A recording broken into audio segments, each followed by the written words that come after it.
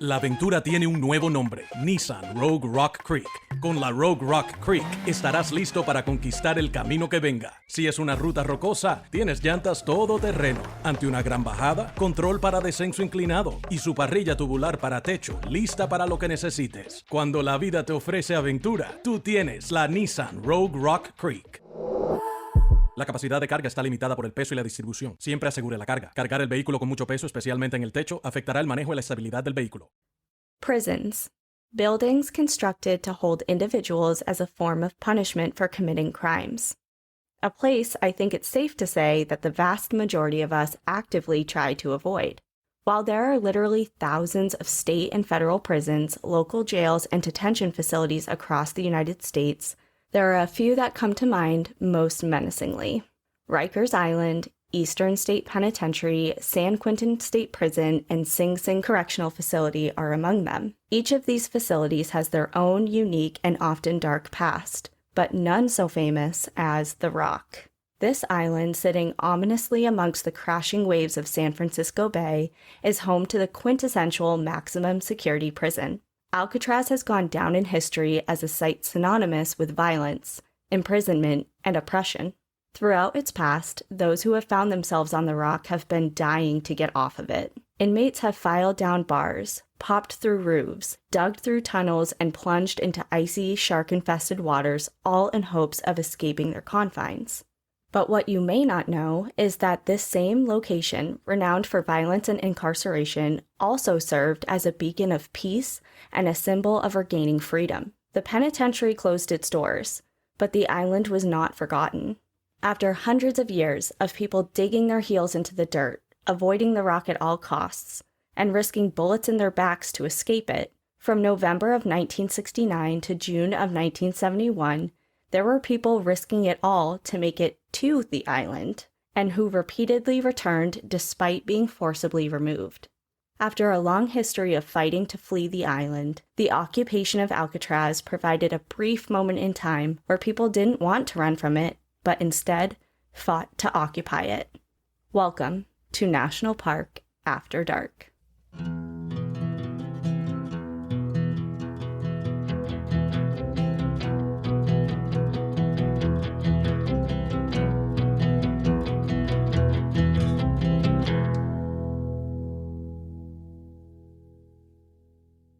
That was a really good intro. The fact that we're talking about breaking into Alcatraz and not out of it.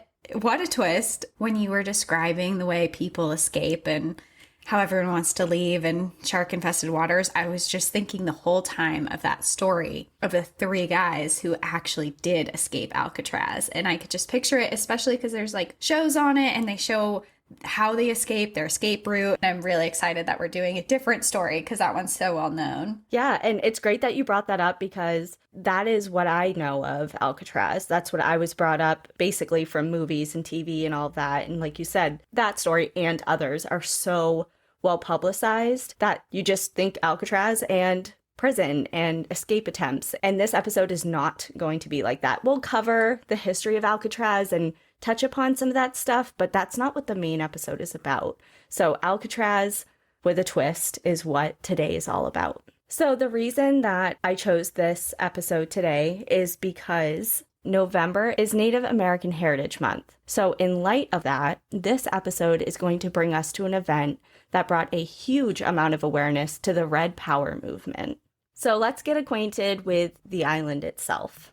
Alcatraz Island is located off of the shores of San Francisco, California in San Francisco Bay. It is nicknamed The Rock for a reason, as the island is a rocky area of about 22 acres located a mile and a half offshore.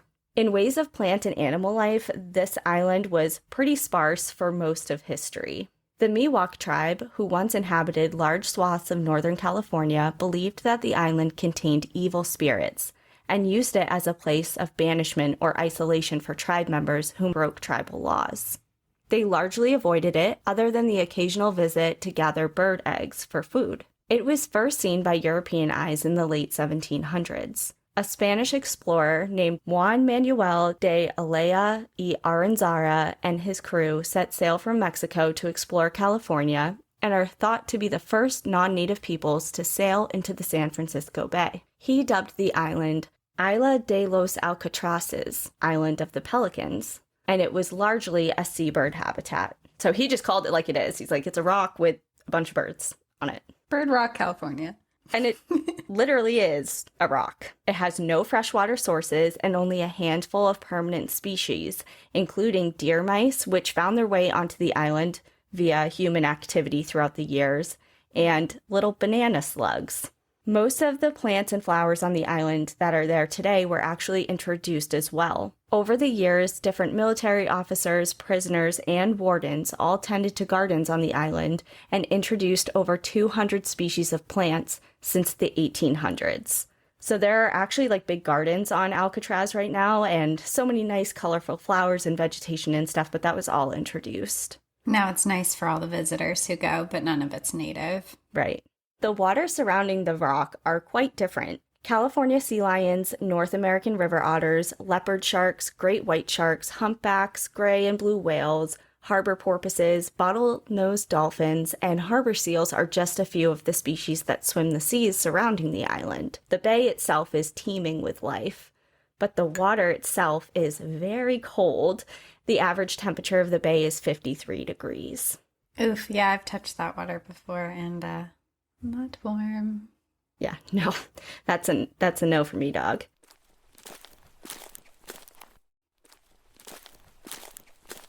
A relatively barren, sandstone rocky outcropping of an island with no fresh water and little plant and animal life that was thought to be evil may not seem like the top of anybody's wish list, but you'd be wrong. The island was privately owned, sold to the Mexican government, and then later came under control of the United States in 1848. The U.S. government was quick to set up shop as it realized the island could be used as a defensive site for the bay. Construction soon began, and Fort Alcatraz was born. And on this island was actually they constructed the first lighthouse on the entire West Coast on Alcatraz. Oh, wow. Yeah. So the Fort Alcatraz was finished in 1859, and it included docks, a guardhouse, barracks, offices, armed barracks, and even a moat complete with a drawbridge. It became a very powerful player in coastal defense. Alcatraz had a moat? Yeah. But it's in a body of water.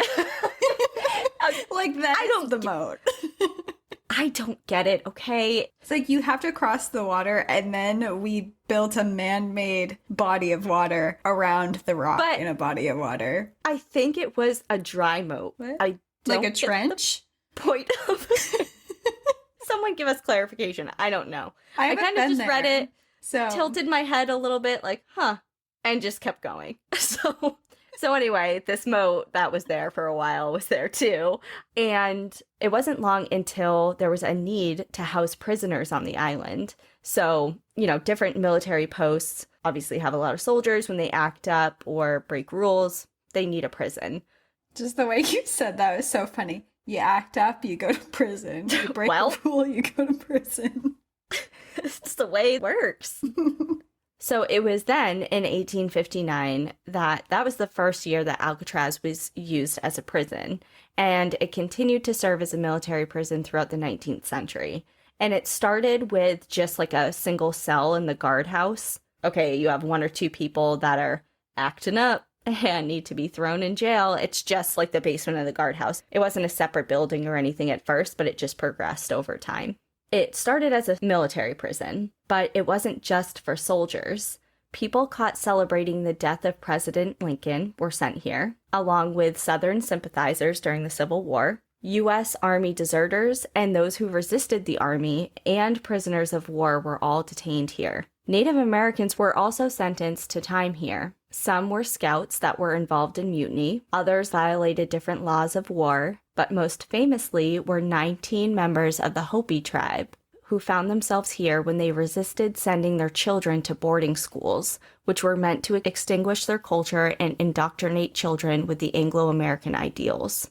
That's really sad. I feel we've been covering a lot of Indigenous people's stories, and I feel like it's such a recurring theme of just trying to get rid of their entire culture. It's depressing as hell. So as time went on and the defensive purposes of the island became obsolete, Alcatraz was redesigned and a new emphasis was put on the prison. Starting in 1907, the prisoners were put to work, essentially building their own cage. At the time, they were building the largest reinforced concrete structure in the whole world, and it was finished in 1912, and when it finished, the workers became its first inmates. Wait, what? They made them build their own prison? Yes. That's crazy. That's like building, that's like when you hear of people digging their own graves. You're building your own prison.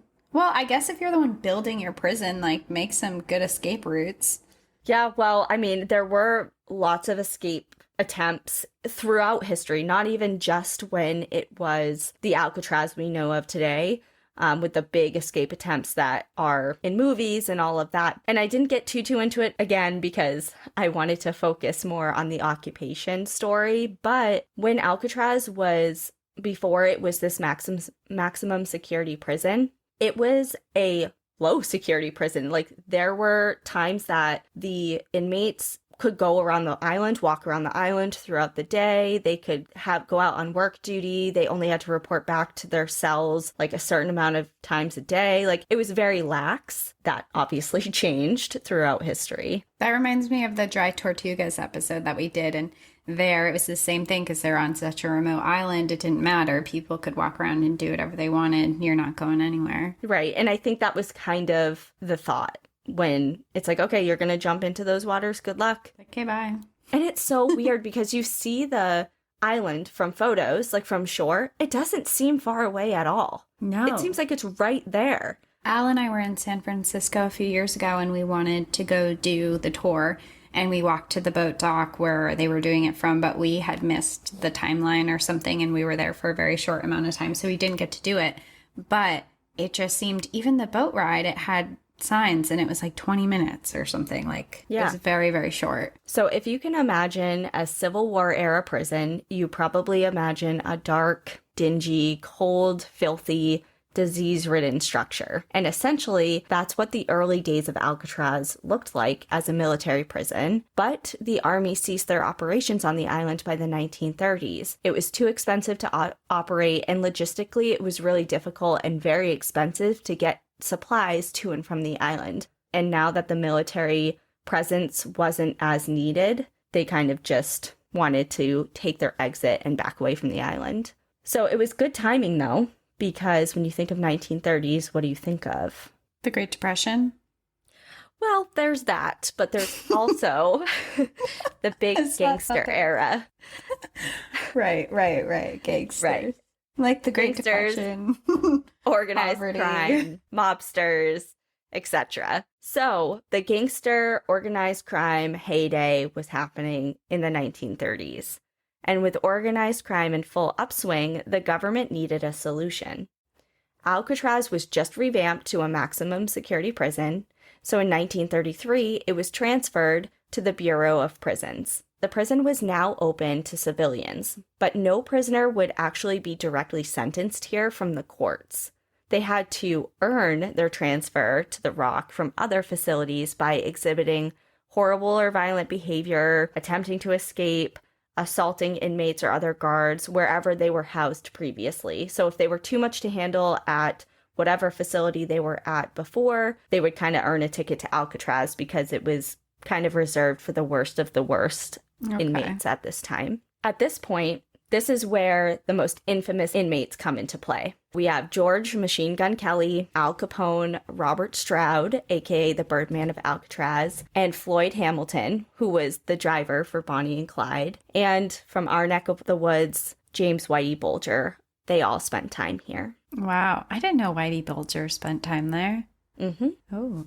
So the island definitely had its famous faces, but it also had famous escapes. Alcatraz and breakout attempts kind of go hand in hand. When it was a military prison, like I said, there was some escape attempts then too. At least 80 men attempted to escape in 29 separate attempts. Most of them were captured and returned, some drowned, and the others' fates were lost to history. As a maximum security prison, 36 men attempted to escape in 14 separate attempts. Again, most of them were captured and returned. 7 of them were shot and killed by guards during their escape attempts. 2 of them drowned, and another 5 were never found. Life on Alcatraz for inmates was hell, just as it was designed to be. Other than the rock, it was also nicknamed Alcatraz. Inmates were treated poorly and kept under deprivation and at times intolerable conditions. Harsh punishment and solitary confinement added to the atmosphere. Suicides and murder were common on the island, along with death due to illness. So it's kind of safe to say that prisoners rejoiced when the announcement came that Alcatraz was shutting down. A combination of rising costs, it was the most expensive state or federal institution of its time, along with deteriorating facilities and a change in mindset prompted the shutdown. Prison reform with a new philosophy of rehabilitation rather than harsh punishment was sweeping the nation. And in March of 1963, the last prisoners were transported off the island. Imagine being on that boat as a prisoner. You've been stuck there dreaming of your escape, and you get to go out on a boat instead of swimming and drowning. Just to another I mean, you're still in prison, but I just imagine being on that island had a different vibe than any other place. True. So alas, the island was returned to the seabirds and sat vacant. Then, a year later, citing the 1868 Treaty of Fort Laramie that allowed natives to claim any unoccupied, retired, and abandoned government land, a small group of Sioux made a brief but impactful stand on the island. The occupation only lasted 4 hours, but it caught the attention of Californians and beyond. This brief stand served as the first domino that would trigger a massive movement, led by an unlikely man named Richard Oakes. Richard Oakes was a young man living in New York when the Sioux occupied Alcatraz. Richard came from the Awanaki Mohawks and was brought up immersed in American Indian activism. In the 1950s, federal relocation policies were underway, with a goal of emptying reservation communities. This resulted in cities like Seattle, San Francisco, and Brooklyn becoming melting pots for many different native tribes. Again, something I never knew. I never knew of this policy in the 50s, did you? No, this is the first time I'm hearing of it. The federal government sold the idea to Native communities that it was a way to escape poverty-stricken reservation life. And the Oaks took this chance and moved from northern New York from the St. Regis Reservation to Brooklyn. Richard's parents divorced, and their family went through a bit of a rough patch. It resulted in him and his brother winding up in an orphanage for a couple of years. As a young adult, Richard dropped out of high school and found himself running the streets of New York as a gang member and a street fighter, where he ran into trouble with the law and fought in different turf wars with other ethnic gangs in a Brooklyn neighborhood known as Little Caughnawaga. But as a 16-year-old, he followed his father's path of working on New York City skyscrapers and bridges doing ironwork. It was risky but very well-paying work, and Richard rebuilt his life as he worked in construction. He heard of the American Indian Revolution gaining traction and wanted to be a part of it. He sold his work tools, quit his job, and drove cross-country to San Francisco. He left behind his family, a broken marriage, and a son in New York in hopes of starting again in California. Along the way, he stopped at reservations and various Native communities. He asked them about their lives and how relocation was affecting them. The federal relocation policies were, surprise, surprise, not all they cracked up to be. Thousands of Native peoples found themselves in large cities with no money, little job opportunities, and no cultural support,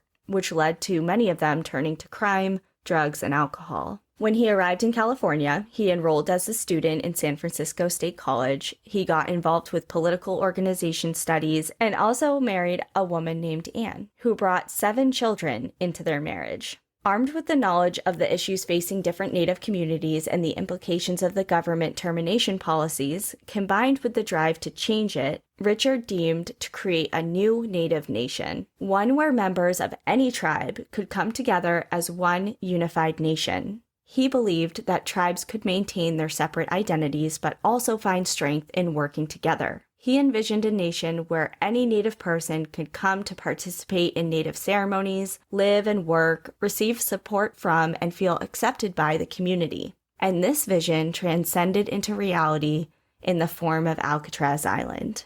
In early November of 1969, Richard and a small group of protesters made their way to the island in the night. They only lasted one night before authorities removed them, but this was just the start. A couple of weeks later, under 27-year-old Richard's leadership, what has become known as the Occupation of Alcatraz began. He was only 27. What were you doing when you were 27? Nothing special. Think about that for a second. Like, what were you all doing when you were 27? And this guy's leading a movement here. Yeah. We've grown soft in our comfortable years. It's crazy. Like, there's a lot of footage of him on YouTube and stuff, different news clips and stuff, because this blew up all over the media. And you watch him and he doesn't look young. I don't know if it's the way he speaks or carries himself or what it is, but he just looks a lot older. And what he accomplished at such a young age and how it changed, we'll talk about how it changed things, is just incredible. So Richard and a group of supporters, which were largely comprised of different students, because remember, he's shortly out of college, he's not far removed from college days, they chartered a boat to symbolically claim the island. The group consisted of members of different tribes, so the name Indians of all tribes was adopted for this group. They claimed the island by right of discovery and began moving in. They took over the old warden's house as well as the guards' quarters, and wrote personalized messages in graffiti across the island, including Custer had it coming, Red Power, Peace, Freedom, Welcome, Home of the Free Indian Land. And while all this protesting was peaceful, the group did have demands, and they outlined it in the Alcatraz Proclamation. What did that consist of? Great question. So glad you asked.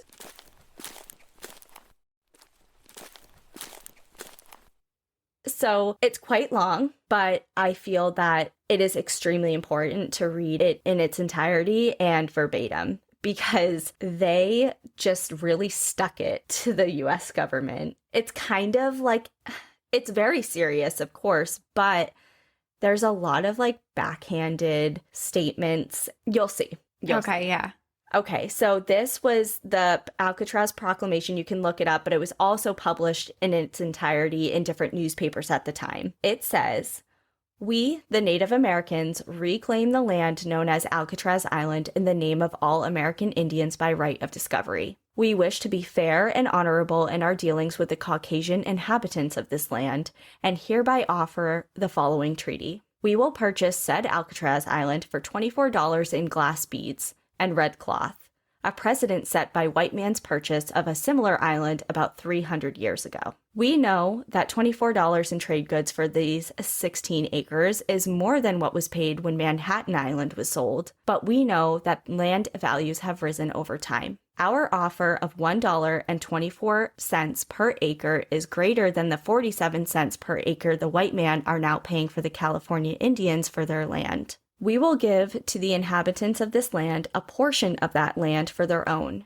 to be held in trust by the American Indian government for as long as the sun shall rise and the rivers go down to sea, to be administered by the Bureau of Caucasian Affairs. We will further guide the inhabitants in the proper way of living. We will offer them our religion, our education, and our life ways in order to help them achieve our level of civilization and thus raise them and all their white brothers up from their savage and unhappy state. We offer this treaty in good faith and wish to be fair and honorable in our dealings with all white men. We feel that this so-called Alcatraz Island is more suitable as an Indian reservation, as determined by the white man's own standards. By this, we mean that this place resembles most Indian reservations, in that 1. It is isolated from modern facilities and without adequate means of transportation. 2. It has no fresh running water. 3. The sanitation facilities are inadequate. 4. There are no oil or mineral rights. 5. There is no industry, and so unemployment is very great. 6. There are no healthcare facilities. 7. The soil is rocky and non-productive, and the land does not support game. 8. There are no educational facilities. And 9, the population has always been held as prisoners and kept dependent upon others. Further, it would be fitting and symbolic that ships from all over the world entering the Golden Gate would first see Indian land, and thus be reminded of the true history of this nation. This tiny island would be a symbol of the great lands once ruled by free and noble Indians. Since the San Francisco Indian Center burned down, There is no place for Indians to assemble and carry on tribal life here in the white man's city. Therefore, we plan to develop on this island several Indian institutions, a Center for Native American Studies, an American Indian Spiritual Center, an Indian Center of Ecology, a Great Indian Training School, and an American Indian Museum. In the name of all Indians, we reclaim this island for our Indian nations, and for all of these reasons. We feel that this claim is just and proper, and that this land should rightfully be granted to us for as long as the river shall run and the sun shall shine. Signed, Indians of all tribes, November 1969. Wow, what a statement that is. Just when it was talking about the reservation, and it's like, well, this should be a Indigenous person reservation or a Native reservation because there's no real facilities, there's no health care, it's not livable, and this is what you've given us throughout the entire country. So why not just give us this one too? It's such a powerful statement, and it's kind of like, how do you argue with that? It's like, you can't say it's not true because it is. You know what this kind of reminds me of on a kind of a different level, but just in the same, like making a big statement, was the Crazy Horse Memorial that we went to. Because South Dakota natives, it wasn't actually the person building it was not even native, or the family building it, it's not even native, but he was just so moved by everything. They took Mount Rushmore, and then a couple miles down the road, they're building Crazy Horse, which is like, I forget how many times the size of it, but it's huge. Just his face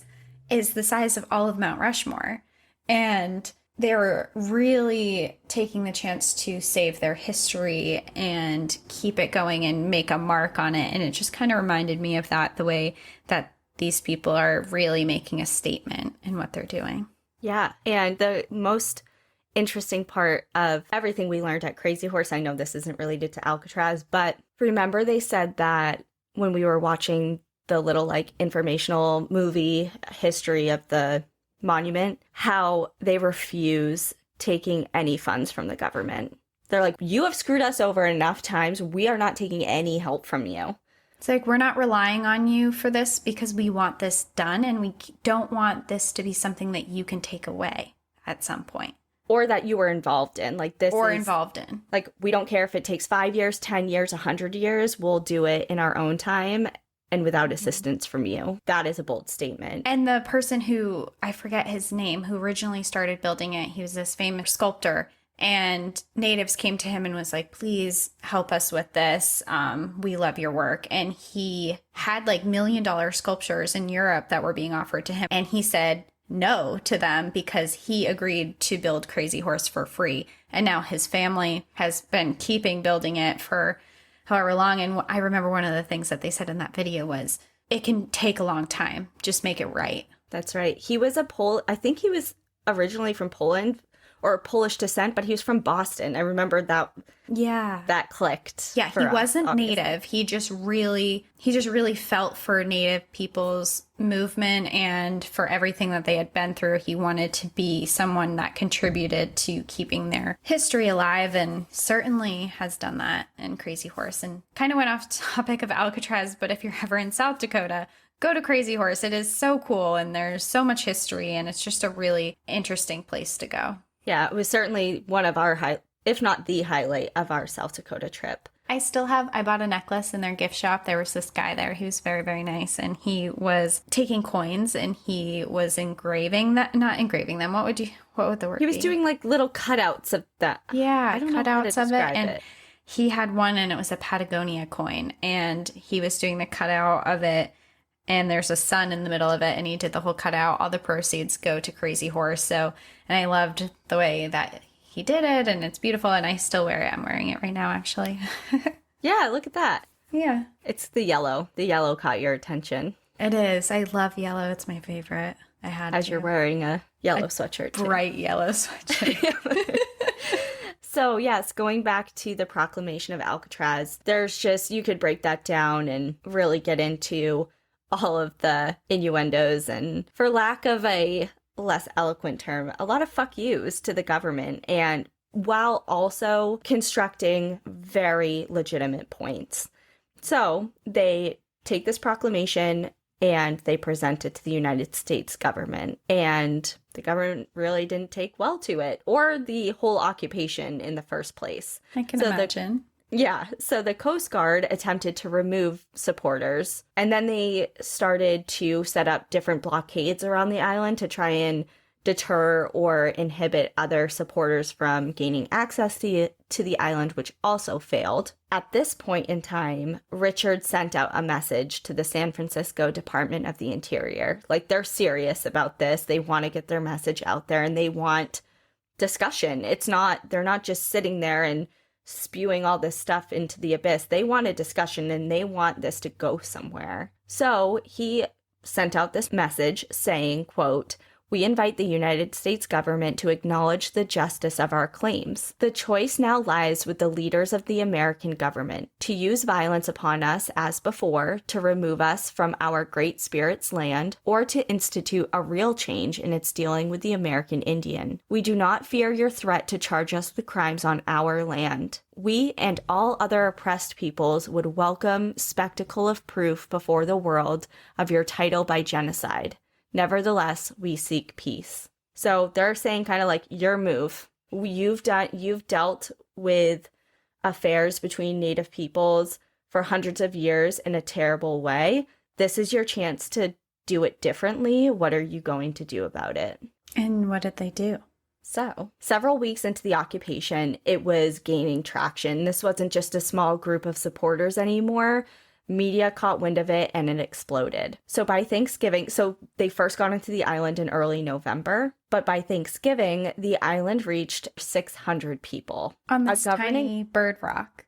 On Bird Rock, yep. Alcatraz, when it was a prison, held about 1,000 to 1,300 prisoners, plus all the guards and other staff. So it can support that many people, but just having this movement start as just a small handful of people, and then all of a sudden having hundreds of people come to take a stand and be part of the occupation was bigger than Richard could have imagined it would be. And this wasn't just a protest. This wasn't just a picket line with people holding signs. They started organizing themselves quickly.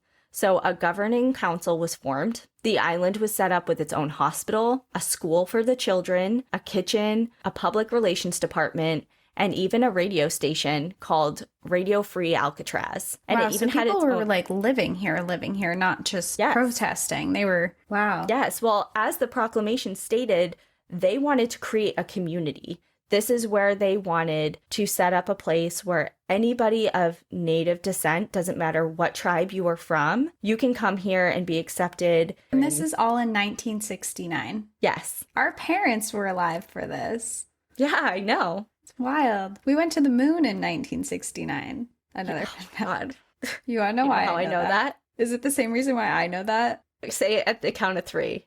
1, 2, 3. Even Stevens. Well, there it is. We went to the moon in 1969. Not 1968. But the year after. Oh, yeah. Yes. Everybody that's 30, like 30 to 32 or whatever, is like singing the same song. And like, you really butchered the lyrics. Please stop. Well, that's all I know of it, so good for everybody, I guess. Anyways, yes, this happened in 1969. Along with all of the different departments and things that they were building, they also had a security group, and they patrolled the island. They named themselves the Bureau of Caucasian Affairs, which was a total stab at the Bureau of Indian Affairs that the U.S. government had. It kind of feels like showing someone else how you're treating them. Like they're mimicking how they've been treated and doing it towards them and being like, so now that you're seeing it from the other side, what does this look like now? Does it make sense? No, it doesn't. How does it make you feel? Yeah, that's such a good point. Like, they are not doing anything more aggressively or differently. If anything, they're doing things with more leeway and more opportunity for conversations. They're essentially holding a mirror up to the U.S. government and saying, okay, what does this look like? What does this look like to you? Yeah, exactly.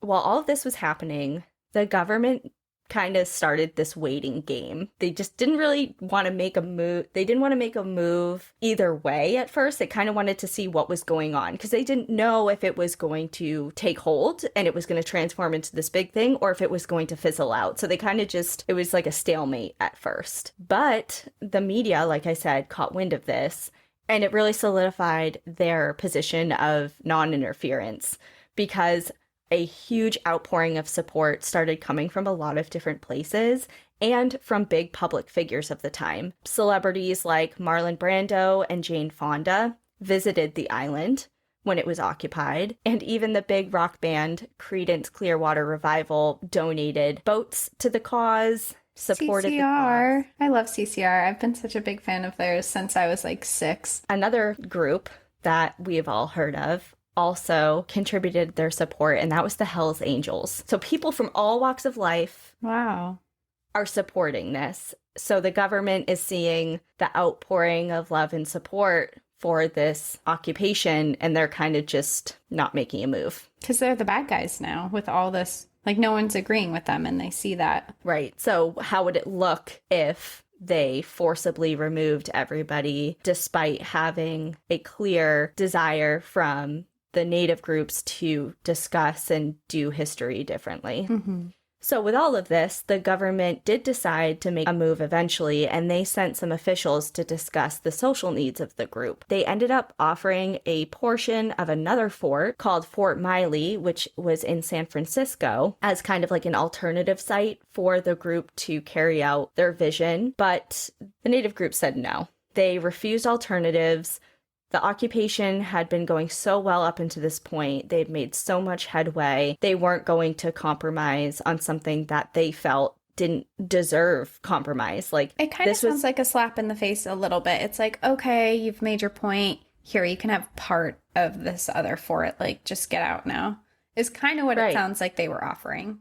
And to them, it was like, okay, so this is discontinued federal land. Like, you're not even using it anymore. You don't want it. It's discarded. So if we really want to rewind, of course, the island was theirs in the first place. It was taken, it changed hands a bunch of times. The Mexican government, US government, it was used for a variety of different reasons. And now that the federal government was finally like, you know what, we have no use for it anymore. There's deteriorating buildings all over the place, like it's not being used. And now all of a sudden the natives want to take a stand on it and use it as kind of a symbol for this big movement. All of a sudden it's a issue. Like, I don't know. Never mind, we want this. We didn't want it, but we don't want you to have it. So now we want it. That's it. Exactly. So the occupation was going well for the first few months, but things began to change. In early 1970, life on the island took a turn.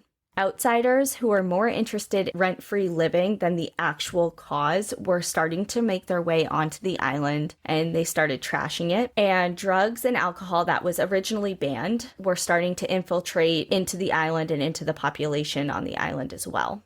Just ruining their whole stance. That's putting a big stain on their movement. Because now you can paint this as like, it's a bunch of homeless, partying, drug users. Even Richard himself, I didn't put in the notes, but in one of the interviews, he did say the biggest problem facing the movement right now is vagrants and hippies. That's exactly what he said. Also, another thing to note was a ton of the supporters in the original groups were students. And they had to leave the island to go back to school. So that knocked down the numbers of the occupation significantly. So with the dwindling number of supporters, coupled with the decreased effort of fighting the original cause, really started to hurt the occupation. And then in January of 1970, the occupation lost its leader.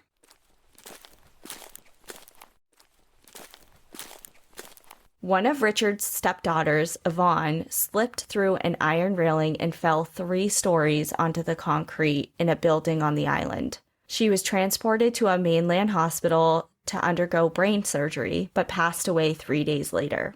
Heartbroken and discouraged, Richard Oakes and his family never returned to Alcatraz. No, after all that work he was doing. Yeah. And there was, again, a clip online from a news station at the time, and the reporter is asking about Yvonne, and because at the time she's in the hospital and Richard is outside of the hospital giving an update on what's going on with his family and things like that. And it kind of struck me as a little insensitive, but the reporter asked him, well, where's your heart at? Is it here or in Alcatraz? It's like, it's here with my family right now. Right. And that's what Alcatraz is still going on, like I'm with my family. I don't know. I just thought that was kind of like a cringy it's like question. Trying to make you look bad and make you choose one or the other when your heart's in both of them, but right now you have a priority. And that's what he said. He's like, I'm torn, but of course I'm going to stay here with my family. And she didn't make it, and she did pass away, and he just kind of, him and his family decided to not return to the island. Oh, that's so sad. So with this, with no clear leadership, the condition of the organization began to unravel. A dwindling group of activists remained on the island, but received 2 more blows. In May, the government cut off all power to the island in an effort to force the remaining members out. And a few weeks later, a large fire engulfed most of the island and destroyed several historic buildings. So some people claim that the fire may have been set purposefully as another effort to get everybody, the last of everyone, out. Some say it was an accident, but no matter what happened, it was a huge blow to the morale of the last remaining members of the occupation. At this point in time, living conditions were terrible, and as the months dragged on, it was clear that while there were still people physically on the island, there was no organization. The original heart of the occupation and the organization was gone. On June 11th of 1971, armed federal marshals removed the last of the Alcatraz residents. It was a little skeleton crew of just 6 men, 5 women, and 4 children. Wow.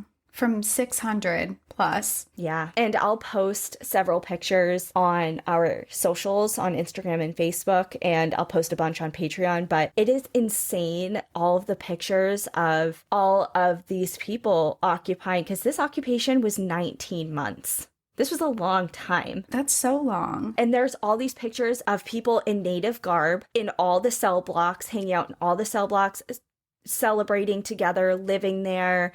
All these signs, like they're hiring or electing council members, there's children playing, like there's a legit community going on here for over a year. Why don't we learn about this kind of stuff in high school, in elementary school? This is so interesting. I've never heard of this, not once. So Richard Oakes, he did so much, but he died and he was only 30. How did he die? He was shot and killed. Oh, so because of his stance on everything? Kind of, you could say. So it wasn't directly related to Alcatraz, but he was shot and killed after an altercation with a man named Michael Morgan. So Michael Morgan was a YMCA camp manager with a reputation for being a white supremacist and for being very tough with Native American children that attended the YMCA camp. So Richard had some confrontations with Morgan in the days prior to the shooting because he had concern of the way that Morgan was treating a particular child, a Native youth,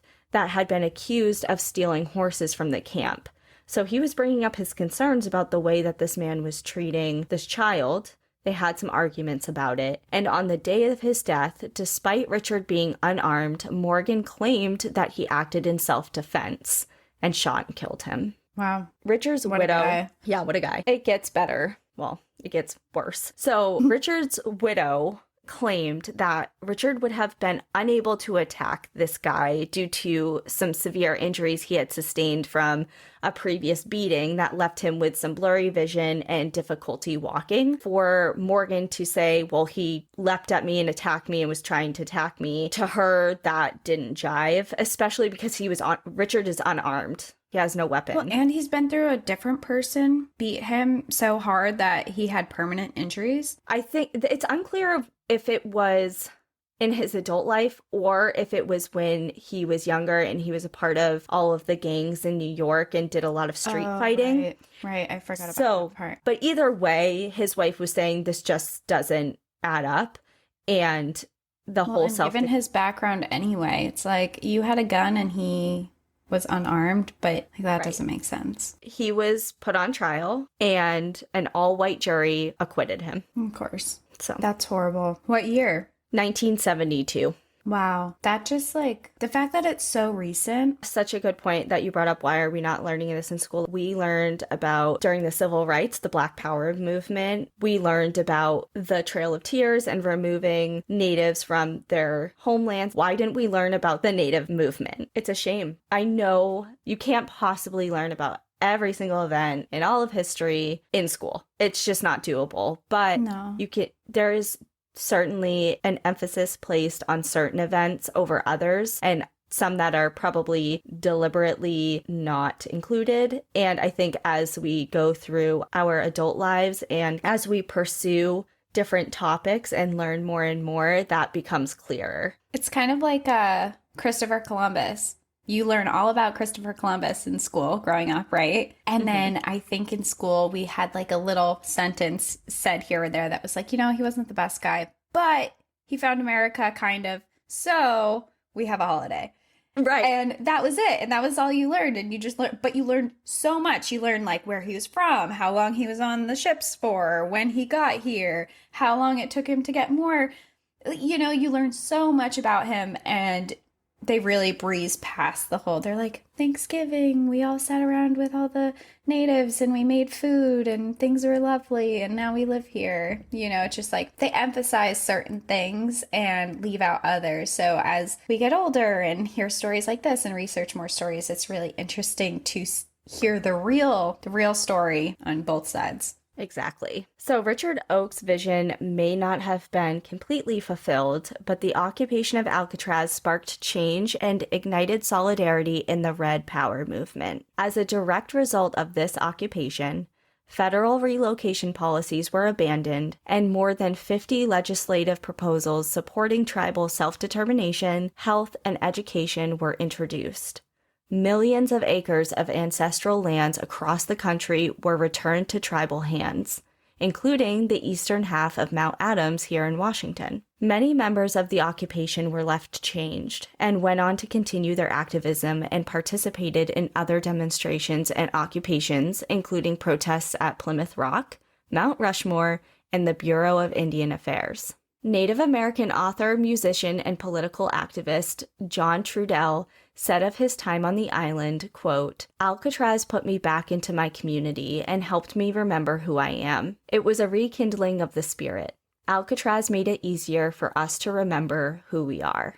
And Benjamin Bratt, who was another Alcatraz occupier, said, quote, "It is easy to pass off the Alcatraz event as largely symbolic. But the truth is, the spirit and dream of Alcatraz never died. It simply found its way to other fights. Native sovereignty, repatriation, environmental justice, the struggle for basic human rights. These are issues Native people were fighting for then and are the same things we are fighting for today." And I think that statement is immensely powerful. We tend to speak of Native history as kind of just that, as history. And personally, I'm guilty of framing it that way as well, even if I don't intend to. One of our listeners a few months ago had a really good point in an earlier episode.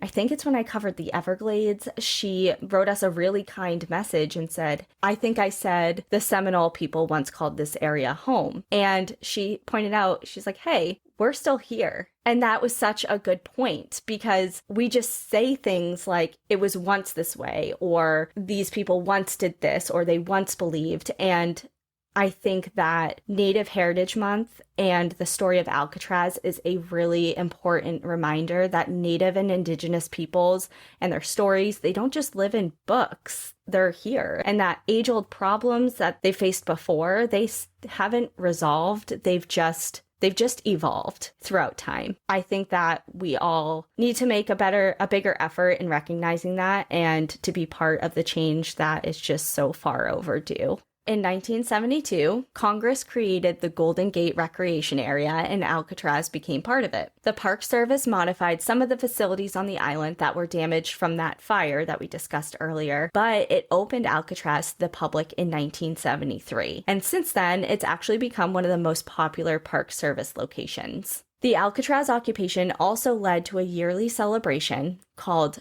Unthanksgiving, or the Indigenous Peoples Sunrise Ceremony. The event is held every single year on Thanksgiving Day on the island in honor of the indigenous peoples of the Americas to promote their rights and to commemorate the survival of tribes. It serves as the counter celebration to the traditional American Thanksgiving, and during the celebrations, group dance before sunrise, speak out for their rights, and honor their ancestors by recognizing their culture and heritage. That's so cool. That's really special.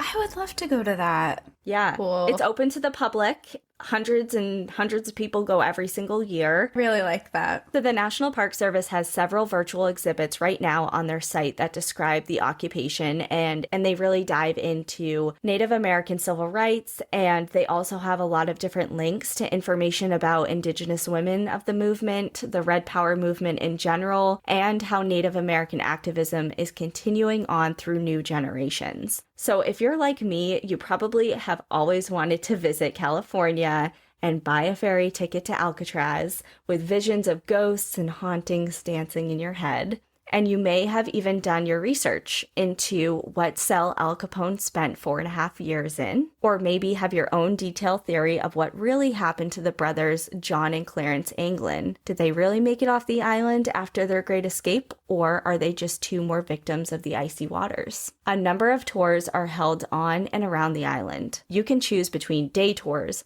night tours, haunted tours, behind-the-scene tours, narrated tours, or self-guided ones. And you may have even been on one, sound recorder in hand, hoping to catch a disembodied EVP in the cell blocks, and walked right past the graffiti that serve as remnants of the occupation of Alcatraz, and had no idea of the greater meaning the wall art has. If you visit this national park site or see its iconic prison in movies like Catch Me If You Can or The Book of Eli, just know that this rock, known by so many for so long as a place of confinement, was known also as a very important symbol of freedom.